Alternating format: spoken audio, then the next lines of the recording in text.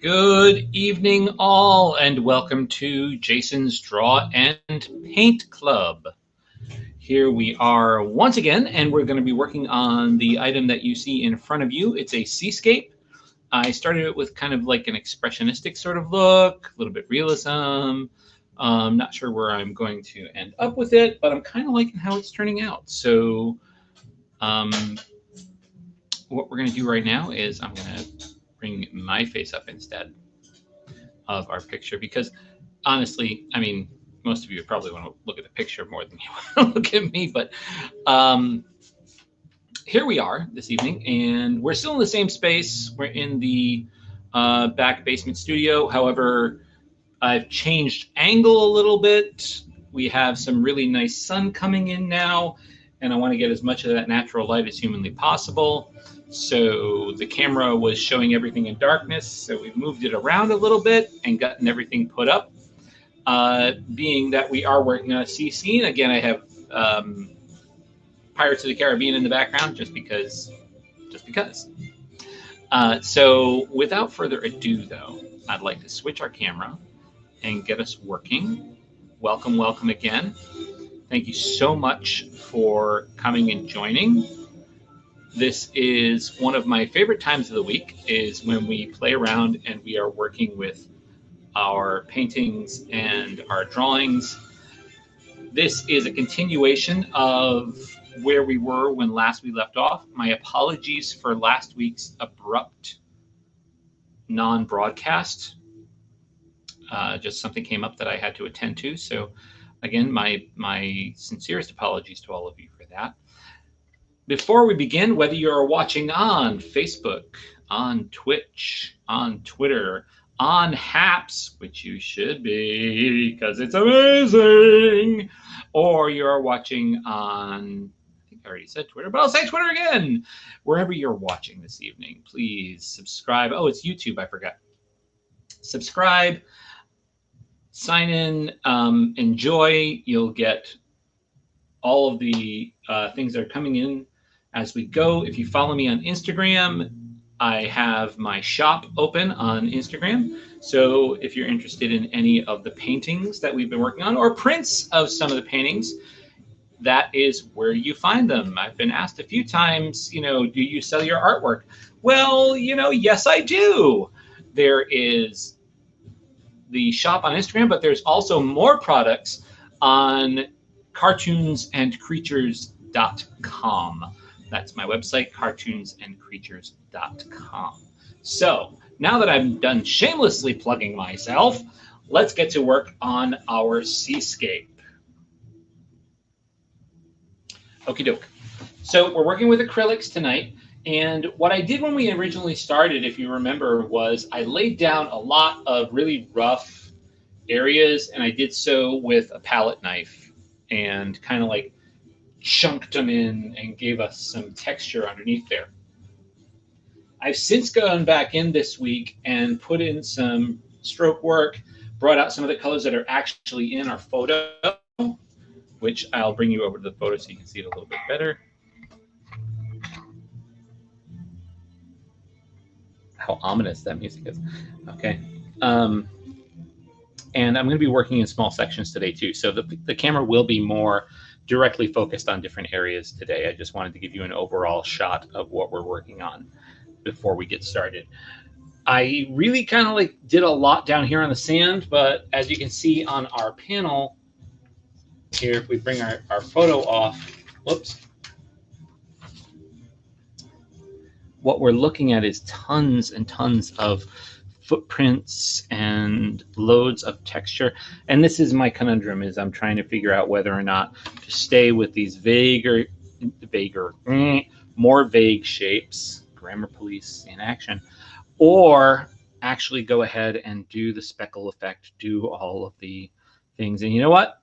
Time will tell. We're going to play around with it. I'm going to keep putting in some bass tones because we still obviously have lots of other tones to put in on here and play with. So we're going to move to the top of the painting. Now that we've got the sand kind of put together, we're going to move to the top of the painting and we're going to look at our tree structures and the grass and whatnot that need to be up here. Now this is, it's fun to get the angles done when you're kind of like shooting in reverse here. This is a picture that I took. I again, can't emphasize enough that you really ought to take your own reference photos. Everybody's carrying around a camera now. Everybody has the ability to shoot something. Even if it's not perfect, you've got the ability to take your own reference photos. And that's invaluable for a couple of reasons. The first being that if you've been there, man, does it help you out getting a gist of the feel of the place, more so even than just like, you know, the look of the place. Anybody can look up a picture on any server and find all sorts of fun stuff about places, but this is just this little tiny section of Long Island. I was visiting some relatives, some of my wife's relatives, and you know, the beach was way down at the bottom of where they were living, and we decided, you know, let's just go for a walk. Let's go for an explore. And so, what does an explore yield? Always yields photos for me. And so this is one of the photos that I took on that explore, and it was just so lovely I had to capture it. What's really funny is that some of the other ones after this have actually like my wife in the background walking with her cousin. It's kind of cute. Enough jibber jabber. Let's get to it. Can you tell I'm stalling? Yes, I am. Why am I stalling? Because we're working on the tree. And working on the tree is one of those things where you've seen me do trees before, but you never see me really like complete a tree. So what I'm going to be playing with tonight is I'm going to be working with some darker tones. You know, trees, oddly enough, have a lot of gray in them, along with a lot of what we would consider, you know, brown. So I'm going to really kind of play around with my phthalo blue. If my buddy Ray is on, which he's usually not, he's still at work. You know, when he pops on, phthalo blue is one of his favorite colors. Watching Bob Ross. Why? Because it's just such a fun word to say, and I can't blame him. I love saying phthalo because it looks like phthalo, and it's so hard to kind of like. It just looks like such a serious word. It's such a serious color, and it is. I mean, I love it. It's one of my favorites. It makes me a happy little camper, and not for nothing, but who doesn't like seeing a happy jay?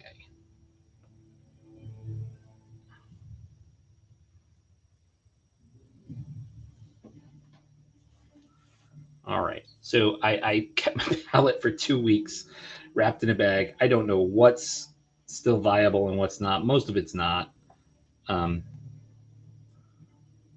One of those things that you can do when you are painting is, and I should have really used plastic wrap and not a plastic bag, but you can take your palette, and the thing that makes acrylic dry is not necessarily heat, but air. So if you keep it free from air, then you can get a lot more longevity out of it. And obviously I didn't do that very well because this is like a little chunk here. The good part about having an acrylic palette though is that it does that. So you can just peel it right off and say sayonara to all of this nastiness that's underneath it if you want to. You know, frankly, I kind of like, this is very satisfying sitting here peeling off this stuff. Oh my God, I might get caught in this all night. Stop stalling and paint, you idiot. Yes, I know. Okay, fine. I'll do that. This is just so good. Anyway, what I'm going to do is I'm going to make kind of like a dark tone here, because if I look at my photo, there's a dark tone coming in on most of that. So what I'm going to do is I'm going to take some of my phthalo, I'm going to take some of my brown.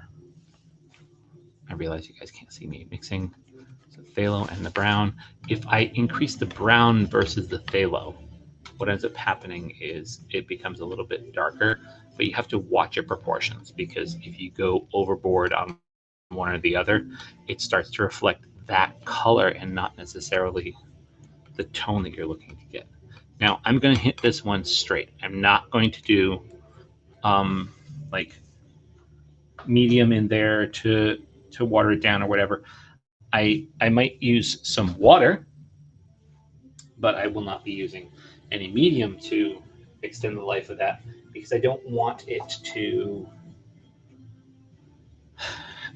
be like studio, like an acrylic, like a student grade acrylic, which is, or a non-pro acrylic, which is not, doesn't have the the body that this does. So looking at this, oh my God, my cat is crawling around my my shelf full of latex and spray paints. Nothing could possibly happen wrong with that. Not at all. Ella, that's a fun place for you to be hanging out. I don't think so. Not really. You might want to reconsider, you know, that course of action. No, no way. No, she's going to try to crawl up in the ceiling. Excuse me. Excuse me, little girl. But that is where we keep plates, installation, not cats. Thank you. Take down. Oh, the adventures we have with Jay online. So what's happened now is I'm looking at that and it's way too green. The phthalo that I have is a green tint. It has a green sort of like background to it. So I've got to go back in on top of that with newly putting some more brown into the mix. So why am I using this 1/4 inch brush? In all honesty, I really want to rough it out right now. I want to get some big chunky sections done in there. Just in case if you're watching from anywhere, by the way, you can comment and it will pop up on my screen. So if you're watching from Facebook or Twitter, Twitch, YouTube, Haps, anywhere really, I will get notification on that. Also, if you're on Haps and you wanted to, one of the things about Haps that's really cool is you get to help people that are broadcasting, people that are going very, you know, if you feel like we're doing a good job, any of us, you can go ahead and, you know, show us your appreciation by just like basically leaving a tip, telling us, or just telling us, you know, this is really working. So keep it up. And we'll be more than happy to oblige. I'm like I said, this is one of my favorite portions of the weekend. This caps off my weekend every week, with the exception of weeks where things go haywire, which I can't control. But for the most part, when I get here, I'm having a blast and a half. So what I've just done is I have switched brushes. I've gone from, it's just way too exciting music for switching brushes. I feel like I should be doing something vastly heroic. And I've taken like a signature brush, like a liner brush, because I want to put some very thin sections in. not necessarily details as much as kind of like guide points. I'm going to have to go back in for the detail work. This is just really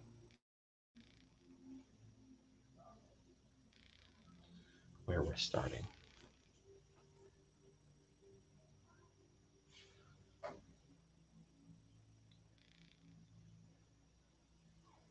I think that the hardest part about doing a landscape this complex is that there are things that are in different orders and certain parts are over other parts. And so it ends up with some repaints and some stuff like that. There's no distinct, like, oh, the mountains go in the back. Oh, the trees go in the front. Not so much. It's too close up for that. So we end up with a lot of crossovers of different patternings and everything. So we do end up with stop and starts on some brush strokes, which is never favorable, but it's, sometimes what just has to happen in order to make it work right. Or you just go right ahead and go over it and then come back and put in your original color, which is why, I kind of want to save my palettes as much as I can because those original colors are sometimes hard to match. Like right now, I'm using pretty standard stuff. So, phthalo blue and a burnt umber, not so hard to match. Even if you're a little off, it's not bad. Um, if you're really a little off, you can just say, it's artistic license. And there was somebody that was issuing artistic license. I forget who it was. Somebody was issuing artistic licenses, which I thought was slightly brilliant. Oh yes, it's the gentleman who makes the black 3.0 or 2.0, the ones that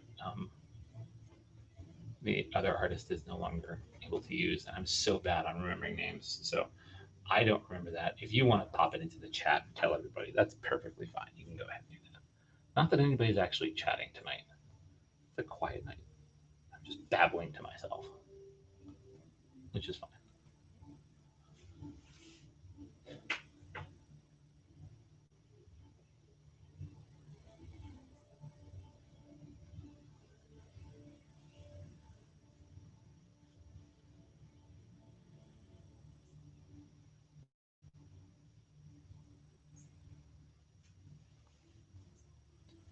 So as I maneuver down, one of the things I'm trying to do is make sure that I've got some of the basic big lines in here for these branches. Because those are the ones that kind of like cascade off in different directions. And as you can see with that fine line that I just put in, if you don't have this at the right viscosity and you don't have enough water in there, fine liner doesn't help you. You still end up with that broken line. There we go. That's better. So now I know that, a little bit more water and I'll be able to pull those lines really, really easy. So you got to kind of like gauge it as you go along. And nobody's ever perfect and nobody does it right the first time. It's just fine. It's a matter of learning where you are and learning where your lines are. So you see here, there's a whole bunch of little, like, this is a fall picture. I think we were there. I think I was there in November. It was like Thanksgiving, so it was late November. So a lot of fall. There's not a lot of foliage out here. So looking at this, kind of like there's going to be a lot of stuff in the background mostly that we're dealing with, and not so much stuff in the front. And obviously the perspectives might a little bit off, but that's fine. I quote David Macaulay: "If it looks like it's proper, it's good." he's one of the people that inspired me to be an illustrator. Actually, I love that man's work. Some of you probably know the work without even thinking about it. Ever seen the PBS special Cathedrals or the books Cathedrals, Rome, the Colosseums? But he's most famous for probably The Way Things Work. and he just released another one. Where he does these really fun illustrations on how basic items work. In fact, I had somebody that was in an argument with me about how streetlights worked, and I got a wonderful education on how streetlights worked because we broke out my copy of that book, and he's like, "Now look, see," and so I got schooled, which is fine. I don't mind getting schooled by like a David Macaulay book. I'm cool with that. Hashtag David Macaulay.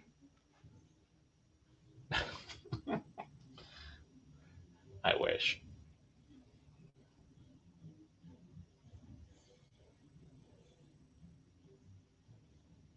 Anybody's friends with him, drop him a line, tell him I'm plugging him. Am I saying I'm friends with him? Well, Facebook friends, not really friends. That would be awkward. I'm almost like a. I feel like an illustration stalker every time. I use him in my RISD classes actually as a great example of somebody that, you know, does something over and over and over again, trying to get to the idea that they need. You know, he has a book about Rome that's just absolutely fabulous.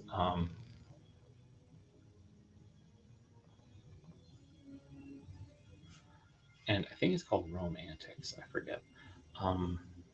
But it's got some brilliant visual writing in it, and that's, you know, one of those really hard things to do. Okay, a lot of this stuff's going to go over, so I'm kind of like not going to play with that right now. But what I am going to play with is I'm going to try to get some of the bursts of color in here that we have playing around. So I'm going to move to larger brushes and brighter colors. And you guys know that I absolutely despise this color. I never ever use it. Yellow ochre. Yeah, you couldn't really read that, but that's okay. Trust me, it's yellow ochre. I'm using that. I'm using a phthalo green. If I can find my phthalo green. That's ultramarine blue. That's definitely not phthalo green. Payne's gray. Nope, thanks. Too dark. Don't tell me someone has taken off with my phthalo green. This is what happens when you like live in a house full of artists. Like we never know who's got what when. What is this? No, no. It's like looking for Legos. This is horrible.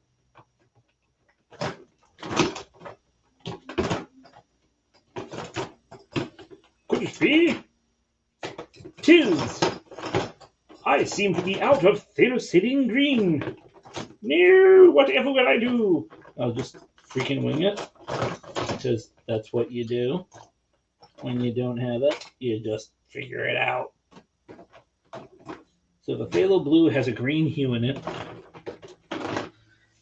Grab an emerald green. Play around with that. This actually has more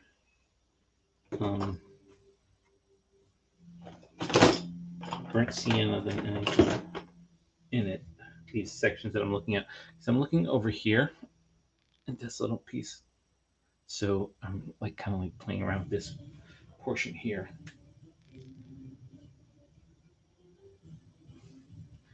And man, this music is just like, I love this stuff.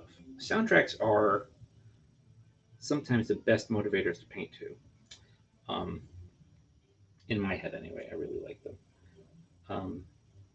I have whole playlists that are for like writing or drawing or painting. And they're really good. I just found my phthalo green.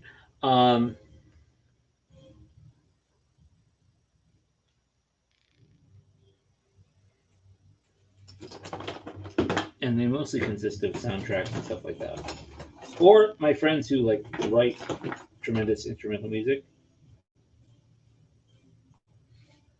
They are like super wonderful people that make super amazing.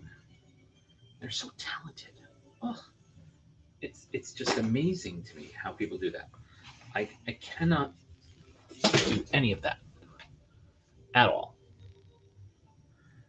And I admire somebody that's good with that sort of thing. So I'm grabbing this kind of like crappy, overly smashed up brush.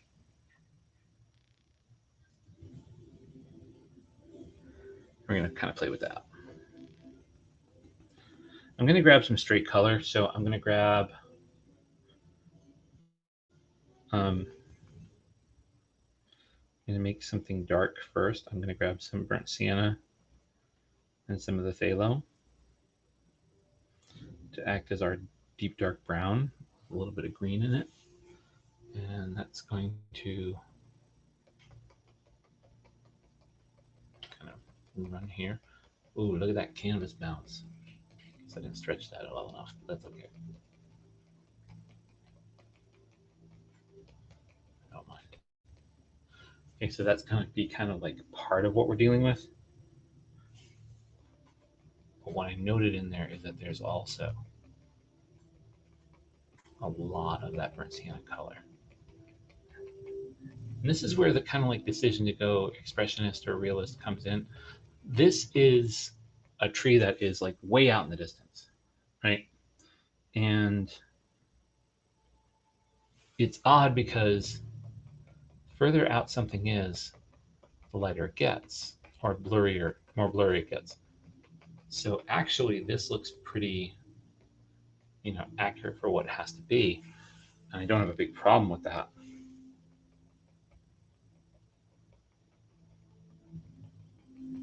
Because it's blurry and it's out in the back. I'll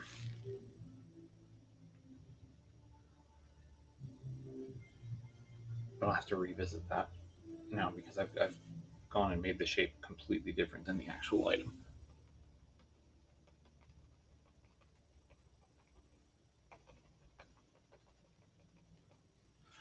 And again, I'm the only one with this picture.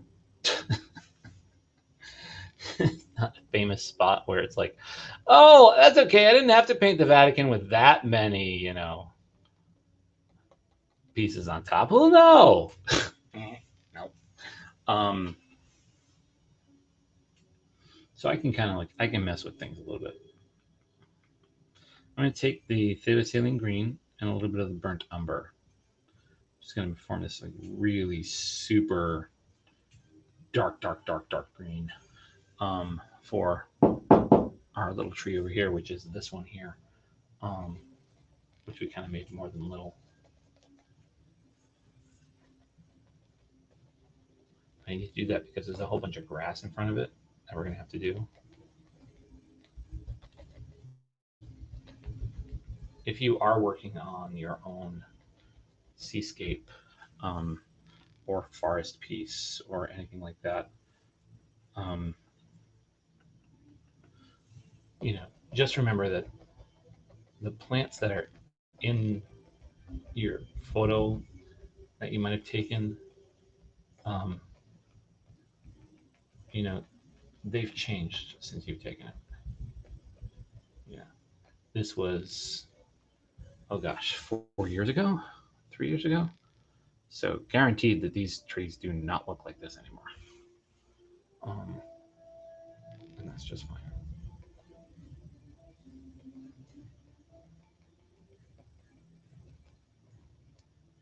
What I don't like about this is it looks way too fake, but that's because I'm trying to copy what's there instead of taking it in a direction that actually makes sense. Wow, nobody's talkative tonight. That's okay. I'm okay. I respect it. That's fine.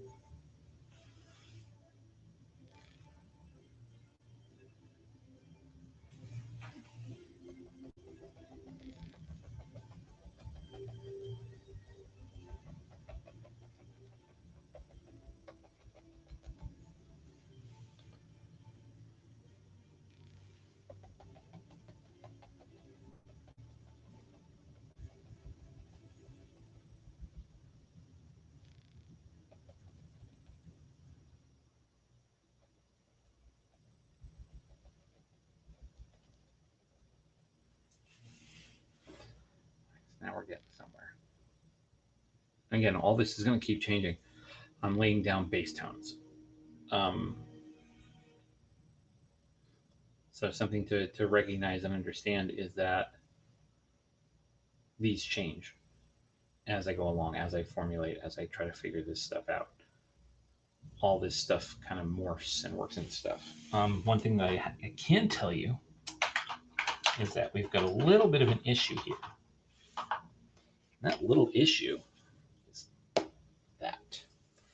that branch went off course.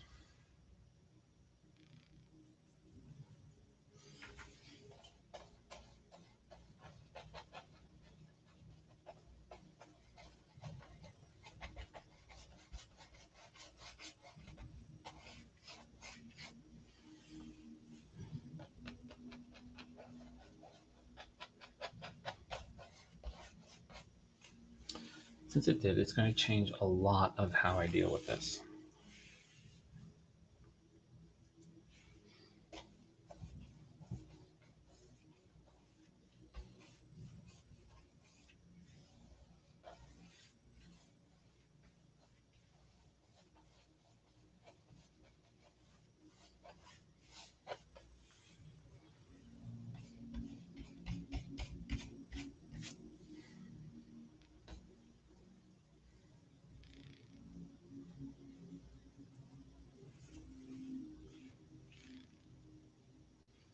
One thing that I love about this picture is kind of the soft lights that are happening.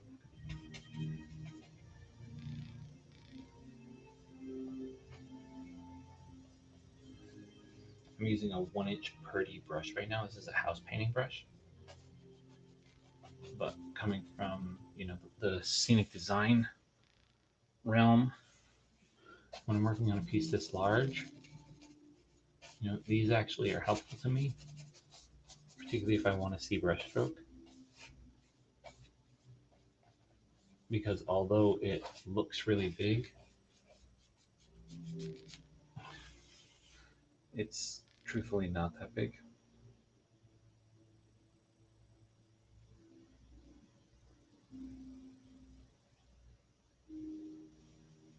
Comparative. And then I can always go back in and clean up the smaller brush.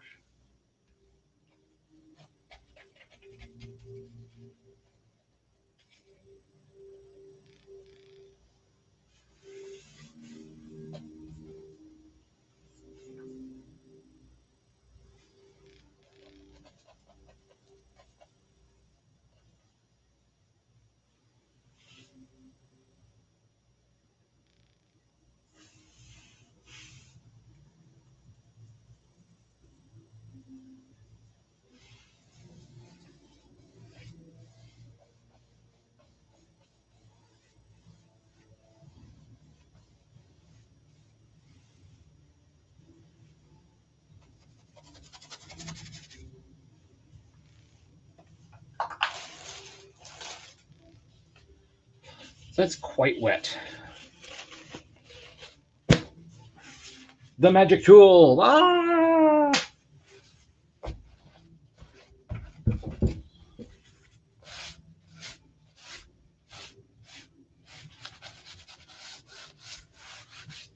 Love the magic tool. Alrighty. Well, while that is settling itself, we're going to move down toward the sand. Kind of waiting on all of this with all of the staircases and everything until we're much further along. Because that's got a lot of detail packed into it. Don't want to hit that too much.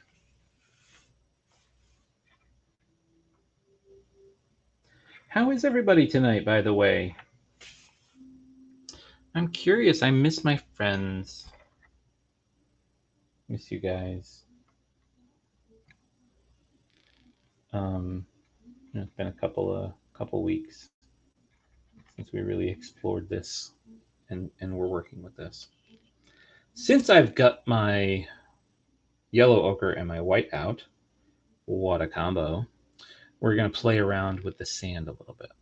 Now, the sand in the photo has a mix of some different items in it, and I have a really big shadow back of my head right now, don't I? Oh, that's okay. You can kind of see me. It's almost like a really weird blue screen. Silhouetted blue screen. Let me grab my yellow ochre, which is a very powerful color when left alone. Grab a whole bunch of white and tint that color down a lot of notches.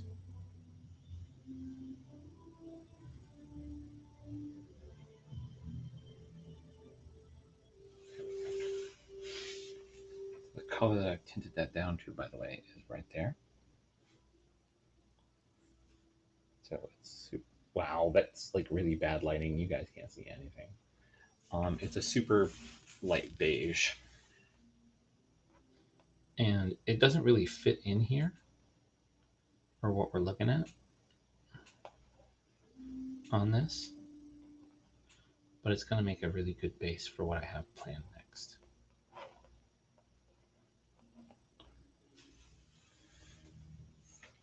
We have to make a very big distinction between the seaweed line, his East Coast Atlantic beaches. You know, there's high and low tide on more undisturbed beaches, ones that don't have like, you know, ones that aren't tourist attractions that have like constant upkeep to them or constant foot traffic. You end up with this like seaweed line that happens where there's a deposit at the tide. So I'll lighten up this sand just a little bit.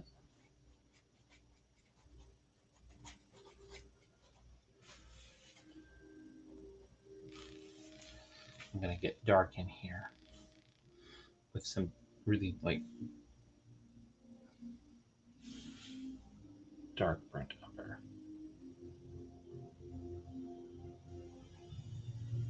And this is again base coat. And we have that really weird kind of you know, seaweed line going across our beaches around here. I mean, I don't know if anybody else has those sorts of things. If anybody else has this like black stretch of nastiness going across their beaches. I mean, it's Long Island. It's not even Rhode Island. I can't even comment on it being Rhode Island. Um, I guess everywhere has their issues.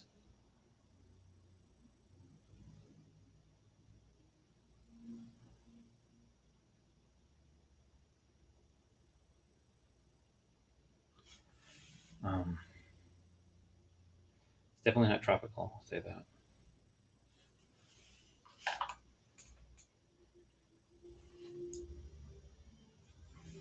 I'm gonna grab a smaller round brush right now.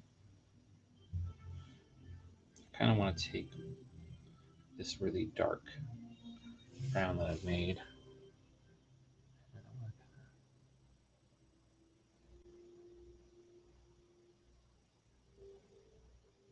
This round brush is kind of frayed, so it's perfect for what I'm trying to do here. This sort of organic look out here.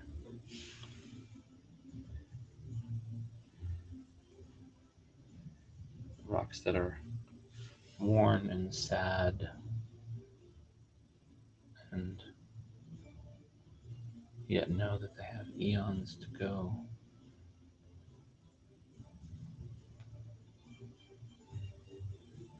Before they become one with the sand.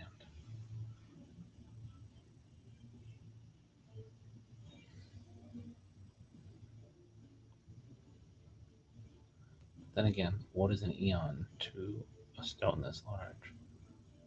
Been around for 4 or 5 of them already. So perhaps it's not so bad. Matter of perspective, I guess.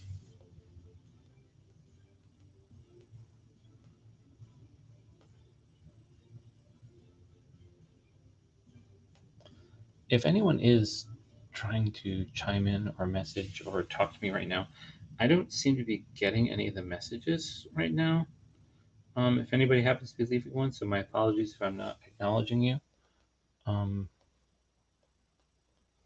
some reason, it's just not coming across properly. Excuse me, I have to get a little bit more paint here. Always better to have less paint on the palette and have to add than lose paint in the long run.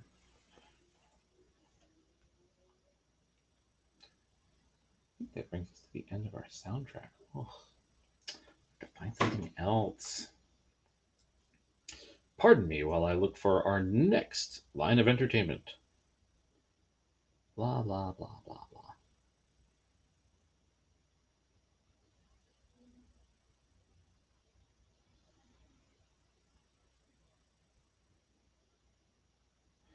Oh, here's one that's fun.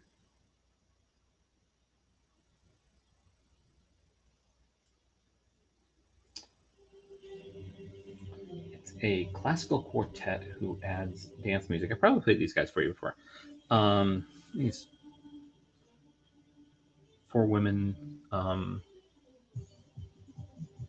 combine dance music and classical, as you can hear.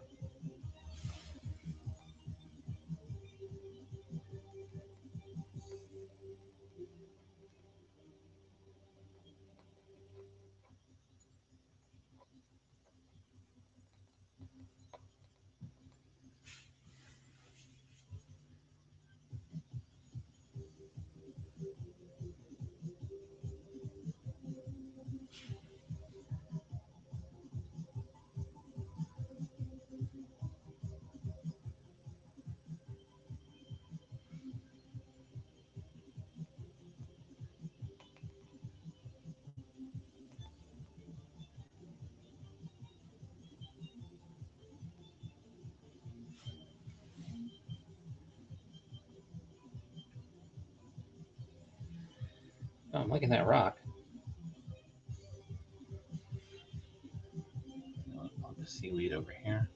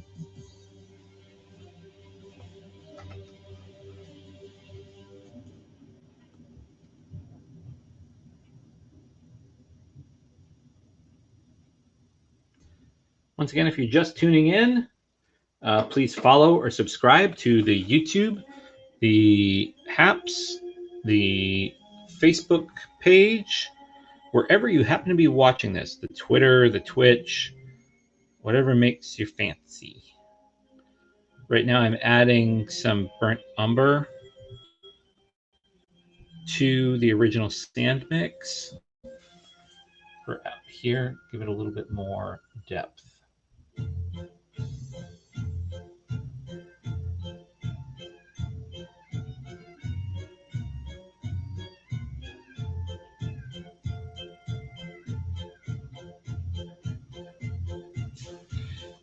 adding a little bit of burnt umber.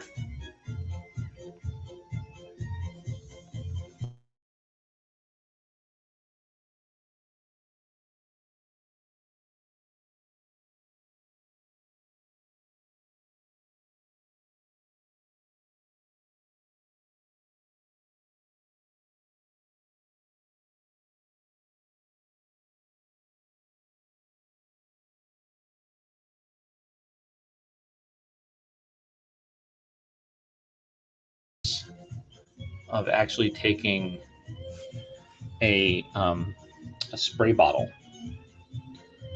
and making a really, really super watered down glaze of a bunch of different colors, all different sand colors, whites and browns, and a little bit of black, and just spraying that and letting it dry overnight.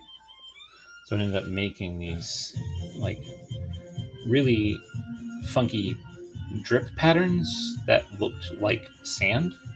It's hard to describe. But then adding in things like the occasional shell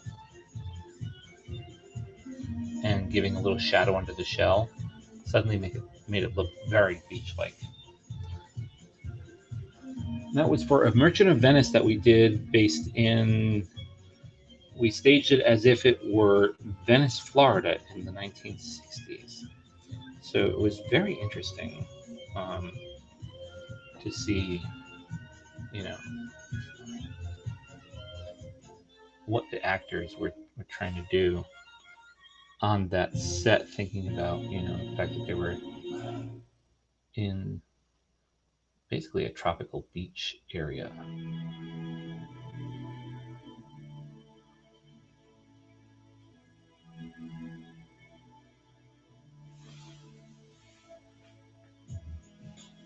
The thing about this particular sand that I'm painting right now is that it does vary in color quite a bit because it's not traveled a lot. It's not raked ever. So going with that kind of like expressionistic style that I've been playing around with here, hitting the brush and really thinking about the stroke making the effect of the sand.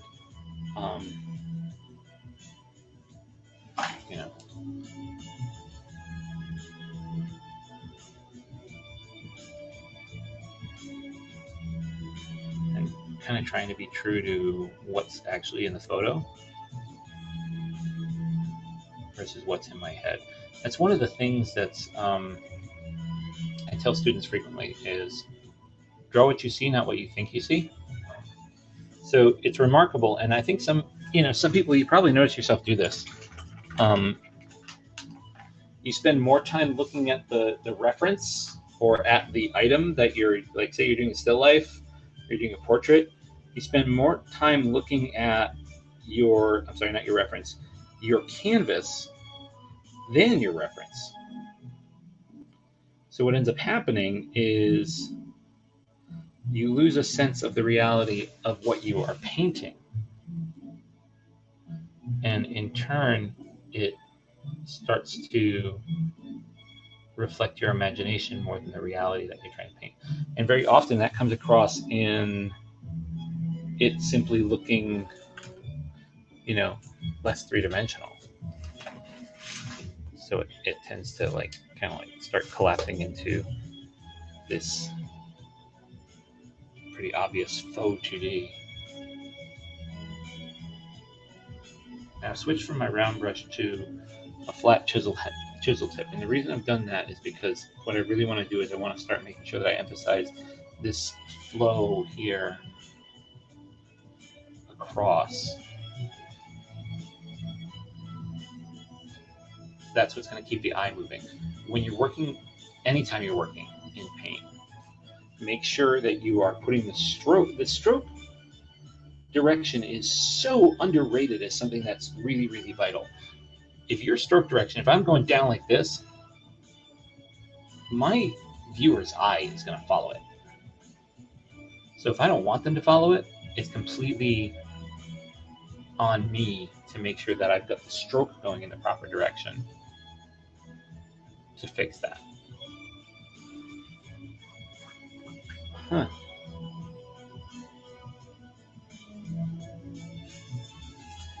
Hey, out of curiosity, could any of you just try to throw a message up to see if I'm actually getting comments today? Just saying. It's lonely here.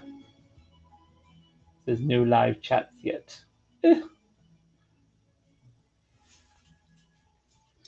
I know I left you all alone. I abandoned you last week, and I'm paying for that. I'm sorry. My deepest apologies. I didn't mean to hurt anyone's feelings. Just had some business I had to take care of. I really do highly apologize. But family first always, and this was something that involved my family and was really important to me. Oh, really important to them, rather, to all of us as a group. So I wasn't going to let it slide. So again, my apologies. I do not beg forgiveness. I simply beg understanding. All right, Chris, thank you so much for replying. Hello from Denver. Okay, so I'm not all alone and lonely out here in the middle of cyberspace. There are people out there. Oh, what a rejoicing song to proclaim that. Thank you very much, Bond. That makes me feel better. It's going, you know what, Chris, it's going pretty good. It's going pretty good. I'm kind of working on toying around with what style to play with this in, and I'm still stuck on whether I'm going to go realistic, but I really don't think I am. I'm starting to love these brushstrokes. I really am becoming quite fond of them, and the effect that they're having on the canvas overall. It's a lot of detail still. It's a lot of, front end work, but I think it's going to be much better looking as what I'm intending for the landscape.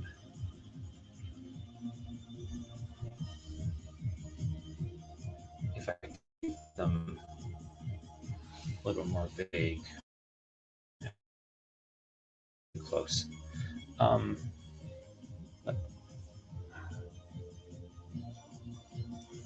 I love the play of color on all of these items,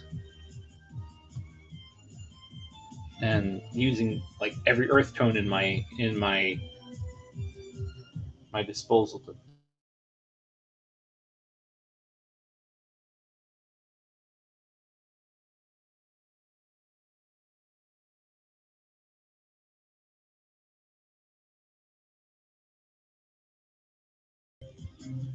What happened? There we go.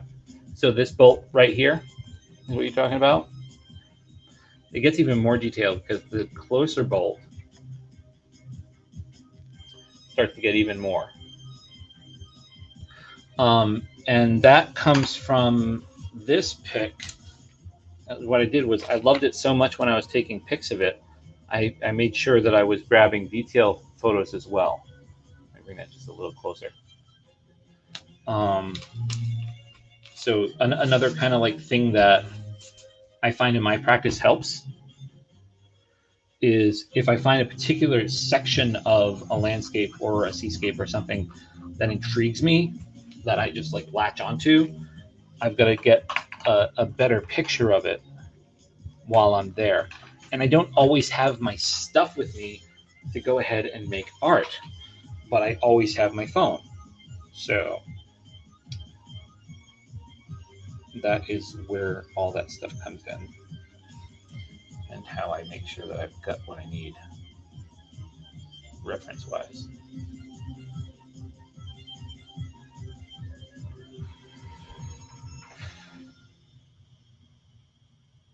Okay, I'm getting stuck on this area. I need to move on because one of the things that I don't like doing, there's artists that are super successful at working one area until it is done and perfect and fabulous. I am not that artist.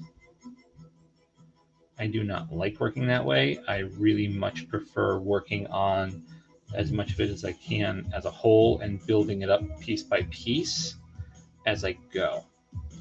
That just works better for me. So I'm going to start working on a little bit of detail out here. And again, I'm going to keep that kind of like brushstroke thing going on. Really. Oh, thank you so much, Chris. I appreciate it. Hello, Michelle. How are you? So I'm going to grab this, and there's this beautiful little line of shadow underneath that bar. But what's even more fun is that there's a line of like almost like rot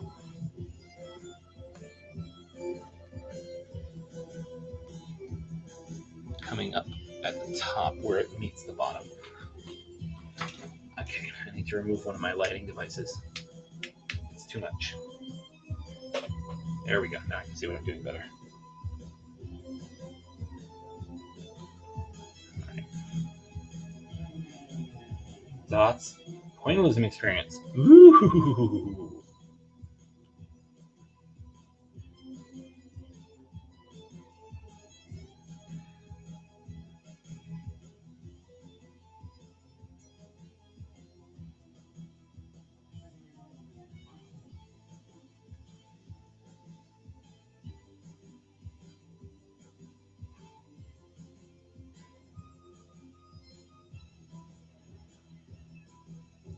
I'm assuming, Michelle, that message is for Chris, not me.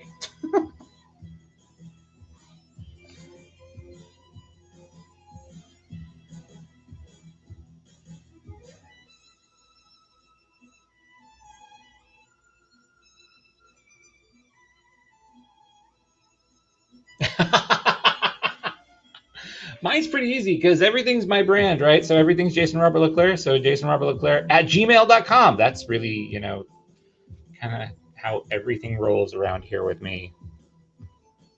I guess I just got lucky where most everything, except for my Twitter, because it can't fit Robert because it's too long,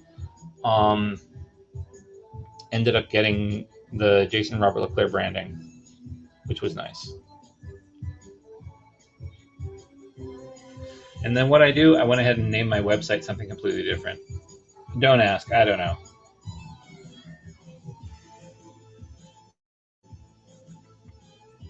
Ooh.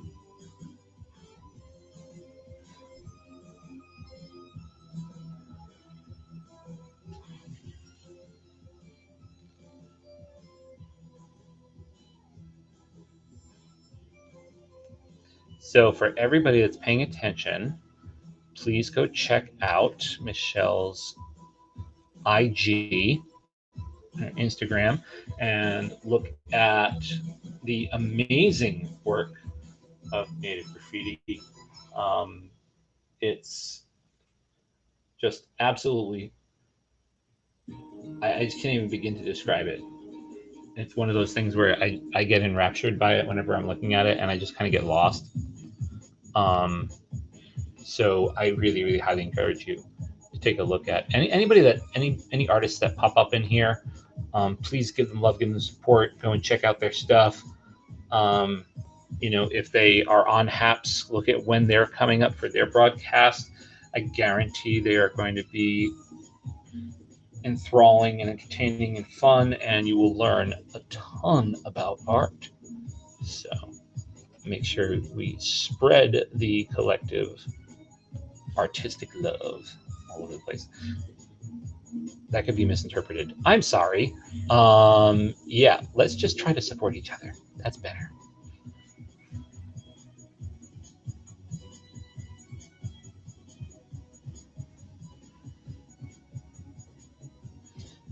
Sometimes, Michelle, we all have to do kind of a reboot. Of course, this entire year has been my reboot, so...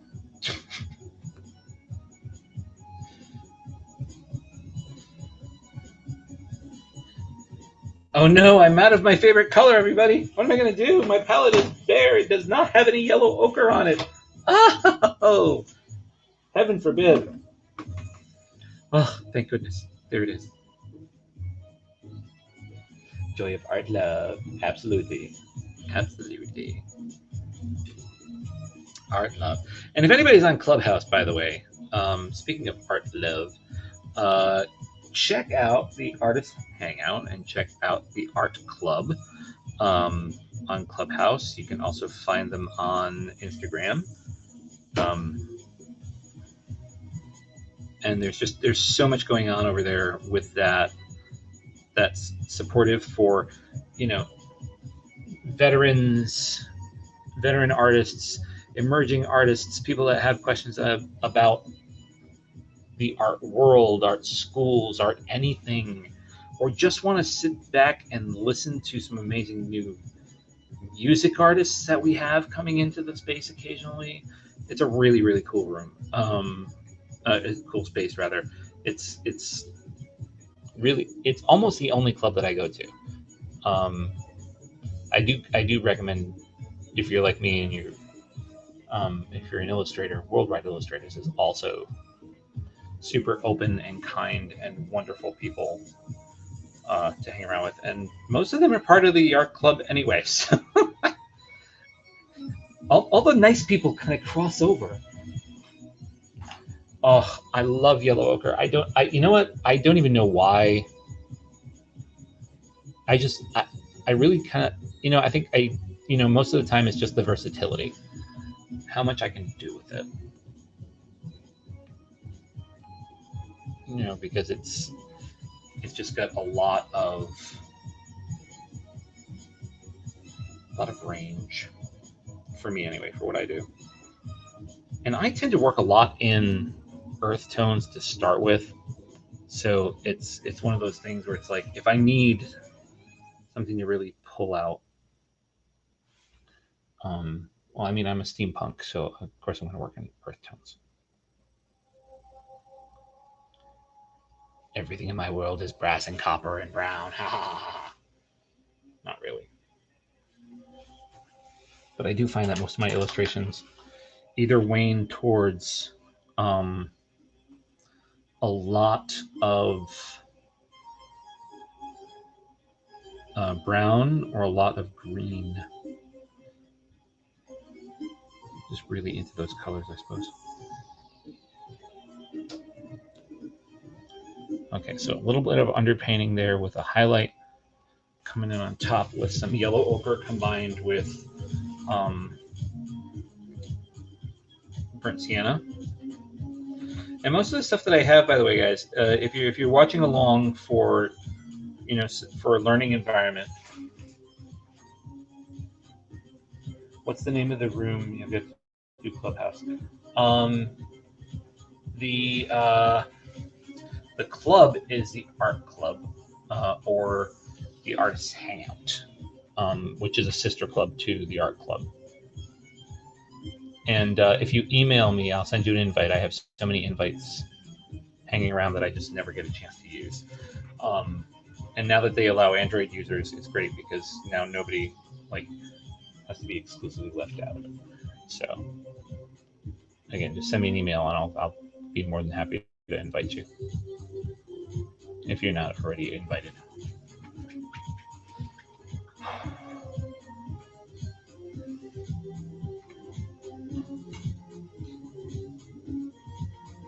I love doing these nights. The only part I don't love about them is that I will seldom finish a painting during one of these. I'm too over meticulous sometimes. Ah!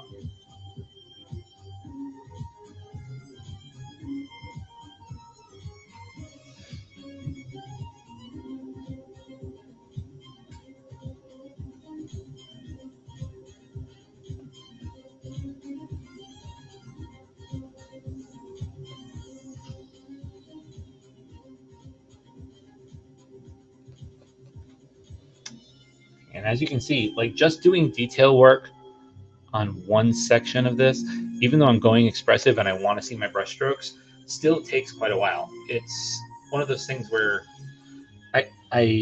my students are so funny. Very often they'll look at an expressionist's work, or they'll look at,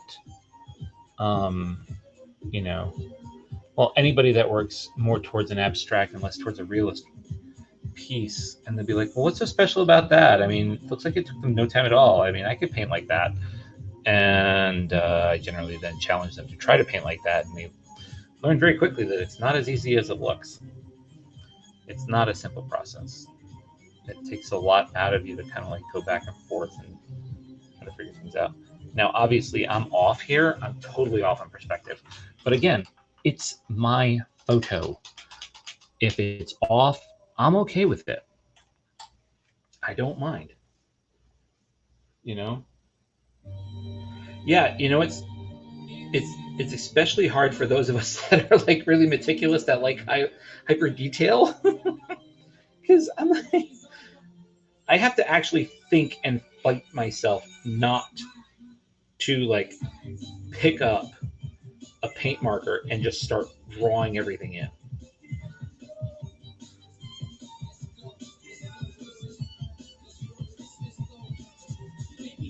And the impulse is really bad.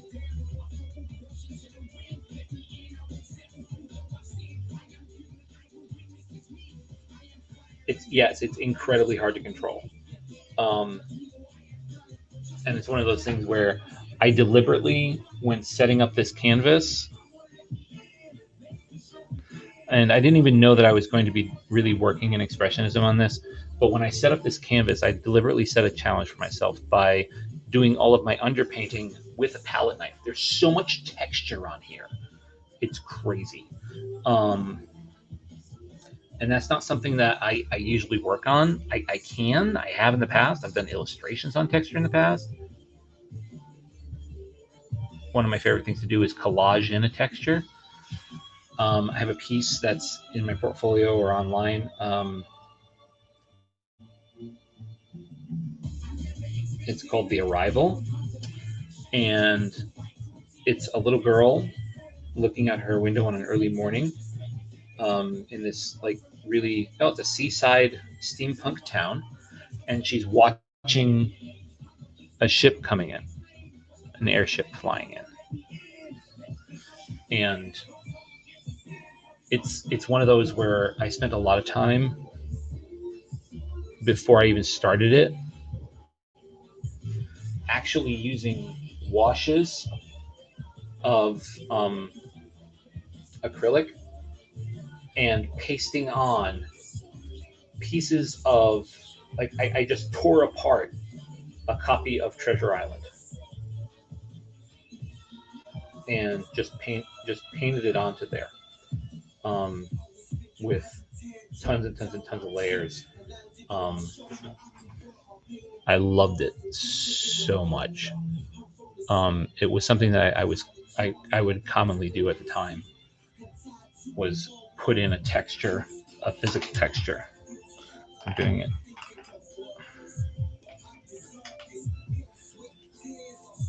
One of my favorite pieces, though, is because I put it aside for like 2 years. I knew what I wanted to do with it. I had sketches to do with it, and I put it aside and put it aside. I kept putting it off. I'm like, I'm not ready. I don't want to ruin it. I'm not ready. And what ended up happening was I started digital painting. I finished up the town. I finished up all the environment in paint, just straight paint, and acrylics. And then I took a picture of where the girl was situated in her window in the sketch, because I have a chalk sketch on top of whatever I'm working on before I get really going with it in an illustration. So I grabbed it, brought it into Procreate, actually illustrated her and the ship in Procreate, had them printed out at the right size to mount, and collage them on top. And then, just feathered in some paint in with them. And I was amazed at how successful that turned out. And for anybody who's like working on a piece, and like I'm pretty old school. I'm not a young spring chicken anymore. So when I look at something like that, and I'm working on something, I was kind of reticent at first. I'm like, oh, I should just stick with the traditional media, and I shouldn't mess with it, and you shouldn't mix that stuff. Blah blah blah blah blah blah. All the excuses because I was lazy.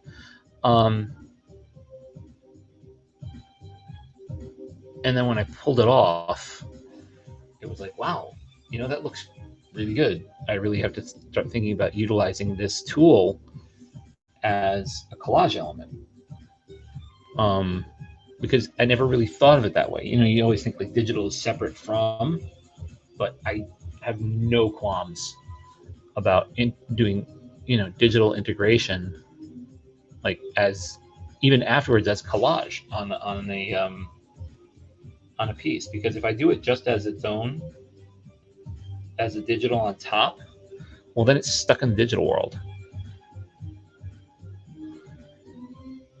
But if I want a gallery piece,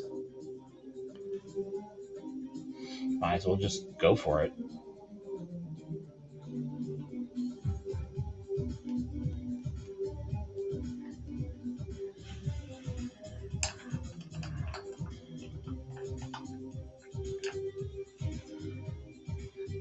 I'm sorry, everybody. I've been switching brushes so fast that I haven't been keeping up on what brushes I'm using where.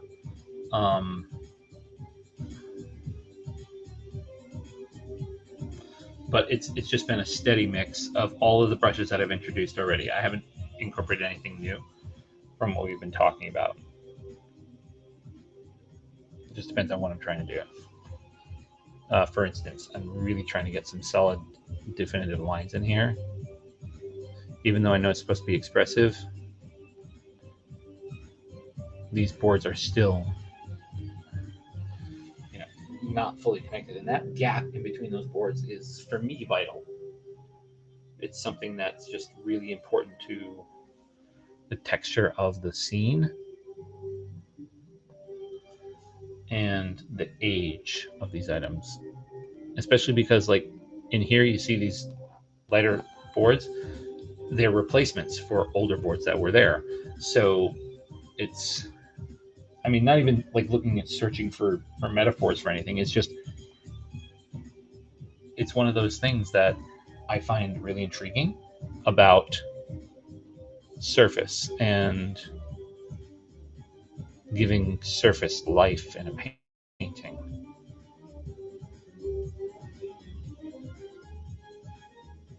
Aside from the fact that, like, I was raised by a woodshop teacher. So yeah, whenever there's wood in something, I have this little gleeful mischief in me that wants to just play with it and do all sorts of wood grain and whatnot. I'm one of those that I have a wood graining tool so that I can do wood graining in my larger pieces and in murals, because I just like to mess with people. Like, what do you mean that's not? What do you mean that's paint? Sorry, guys. I know how to make it look like real because it's fun. Illusion and messing with your heads is part of the game.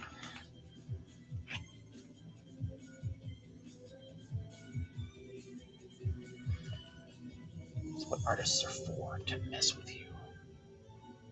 Big time. That's what I learned from Salvador Dali and Rene Magritte. What about you?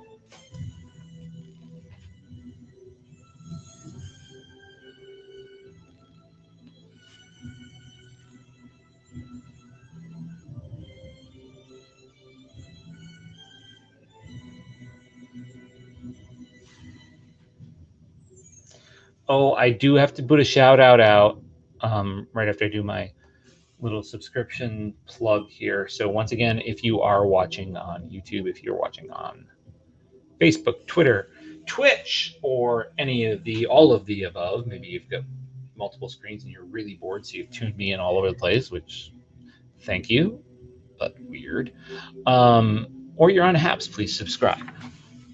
I do want to give a giant shout out to any and all classes of 2021, college, high school, middle school, you know, you've endured a year unlike any other. Yes, that's right, Kitty. You tell them. Unlike any other. Oh, you too, Chris. Have a wonderful, wonderful evening. Thank you so much for popping in. I appreciate it, and I appreciate your popping on the award. Thank you. It does not go unnoticed. Um, Sorry for that slight deviation, but you know it's necessary to acknowledge people that are kind. So anyway, class of 2021, particularly the class of 2021 of Beacon Charter High School for the Arts, which is where I teach full time, and of the Rhode Island School of Design, which is where I teach part time. And although I'm not in the degree program teaching, I still would love to throw them a shout out and support. This has not been an easy year by any means. It certainly has not been an easy year for kids in the arts coming out of art school and working toward, or even thinking about going into art school out of high school, and not understanding whether or not this is a good idea, if it's a sure thing. I teach theater in the school, and with all of the shutdowns and Broadway being closed for so long, et cetera, et cetera, et cetera, it really is on the mind of a lot of these kids. And you know what? Go for your passion, guys. Just go for your passion. The world is changing. We all have to reinvent. Everything's, nothing's going to be the same. We're never going to get, quote unquote, back to normal, and that's fine. You guys are coming in. You get to define not the new normal, but just life in general. Like, forget this new normal stuff. Who wants to be normal? You get to define where we go from here. Just think of defining the future. So I'm super proud of you. I know that history will forever regard you as survivors and kids that weathered something that nobody ever imagined anybody should, much less a child, much less an adolescent coming into their own and learning who they are when they couldn't be with anybody else. Kudos to you all.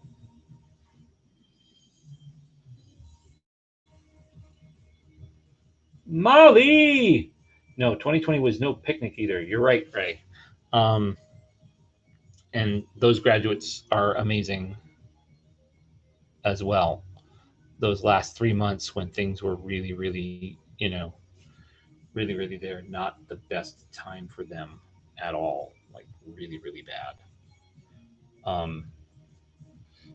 But I guess the reason I bring up 2021 is because these guys dealt with an entire year of this and came out in the end ready to rock and roll. I've seen some amazing artwork from some amazing kids. I've seen some amazing academic work by some kids. That was just like, I don't care about the challenges. I'm going to make it work anyway. And they do. And the resilience is remarkable. And I've always said, that to see the mettle of someone, to really understand how someone behaves, is to see how they handle crisis. That's the only way that we get defined, like truly defined to our genuine selves. When we are in a section of crisis, how do we handle it? And class of 2021, you keep doing you. Keep making that happen.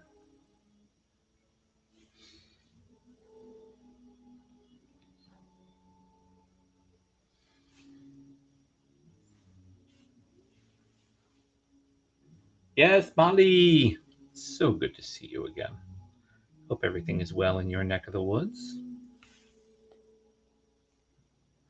I'm so sorry I was absent last week. Just some family business that needed to be tended to.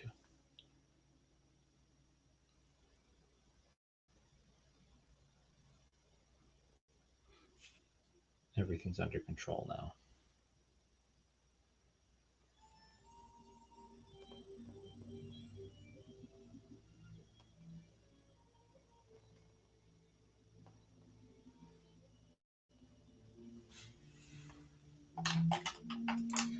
Now, I don't know what I'm going to do next week. I'm really tempted to come on next week and enjoy this, but I'm not sure what time I'm going to come on because it's Father's Day and I want to see my dad. And I don't know what the schedule is going to look like for me for next week. But rest assured, I will be here. I will try to give you guys time updates as we get closer with what my intentions are. We might be starting a little later. We might be starting at like 7 instead. I don't know. We'll find out as we get there. But I definitely want to pop on next week because I really, like I said, this is one of my favorite parts of the week is coming to this, and I have big plans for this week. Yes, this week upcoming, I want to try to finish this as we go along. I'm going to get some more done on it this week. If I do finish it, I finish it. But I really, really, really wanted to work on another canvas that I started because I have the all those portals that I've been working on. And the particular canvas that I'm speaking of is geared to be looking out of kind of the porthole of a spaceship. And I'm just super excited. Can I do Saturday? That's a good question. I don't know. I might be able to. What's that, Kitty? Oh, yeah. I didn't think I had that appointment. I don't really have an appointment. She's joshing with me and trying to distract me. I'll check my calendar though. 19th. Why does the 19th sound on my head? Yeah, it's something on the 19th. I don't know. Double check. It does sound awfully familiar.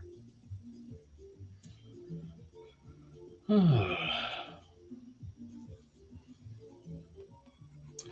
going to go for a little bit longer here. Not terribly long.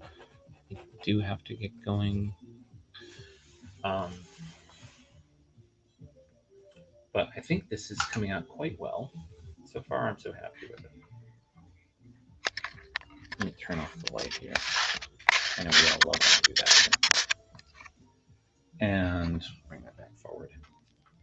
Get a much better look at what we're working on today. So this is what we're just working on now.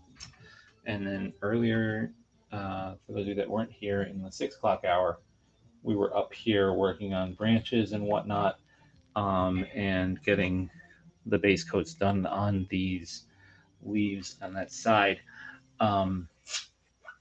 As we're going forward, this is a very big canvas.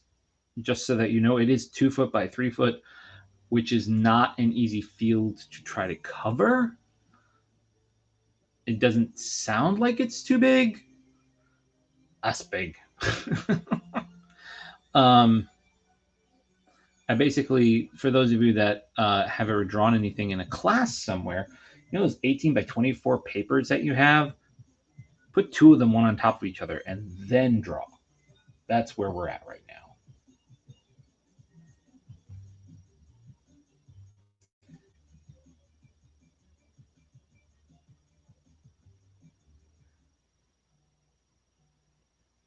All right, everybody. You have to excuse me for just one moment.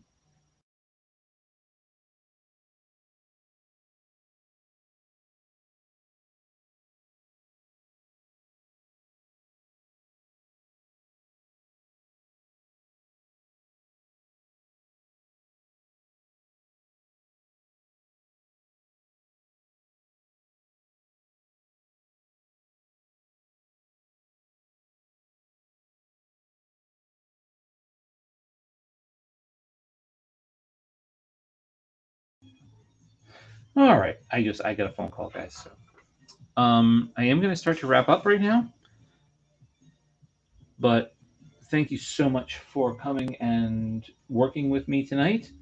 It's been a beautiful hour and a half, and we got pretty far on this. A lot of different technique discussed. If you missed stuff from the 6 o'clock hour, do not fret. It's all recorded. It will all be up on the. It goes up on Facebook. It will go up on Twitter. It will go up on Haps. On Facebook, it's on public pages and private pages all over the place that I own. So you will be able to find tonight's session. I'm going to move doing some of this week. If I can, I'll broadcast while I'm doing that. So there might be a couple of pop-up broadcasts, which could be fun. And I will definitely consider, Molly, looking at Saturday and seeing what's going on there. Although it does, for some reason, ring a bell. And I just don't have it. Oh, thank you so much. I'm so glad you watched the replay. So thank you all very, very much for attending. I hope you enjoyed this evening. The goal is to, once summertime starts, start doing some longer sessions. When I'm only doing one job instead of two, I might be able to swing that. As we say, have a wonderful evening. Stay safe, stay healthy, and always make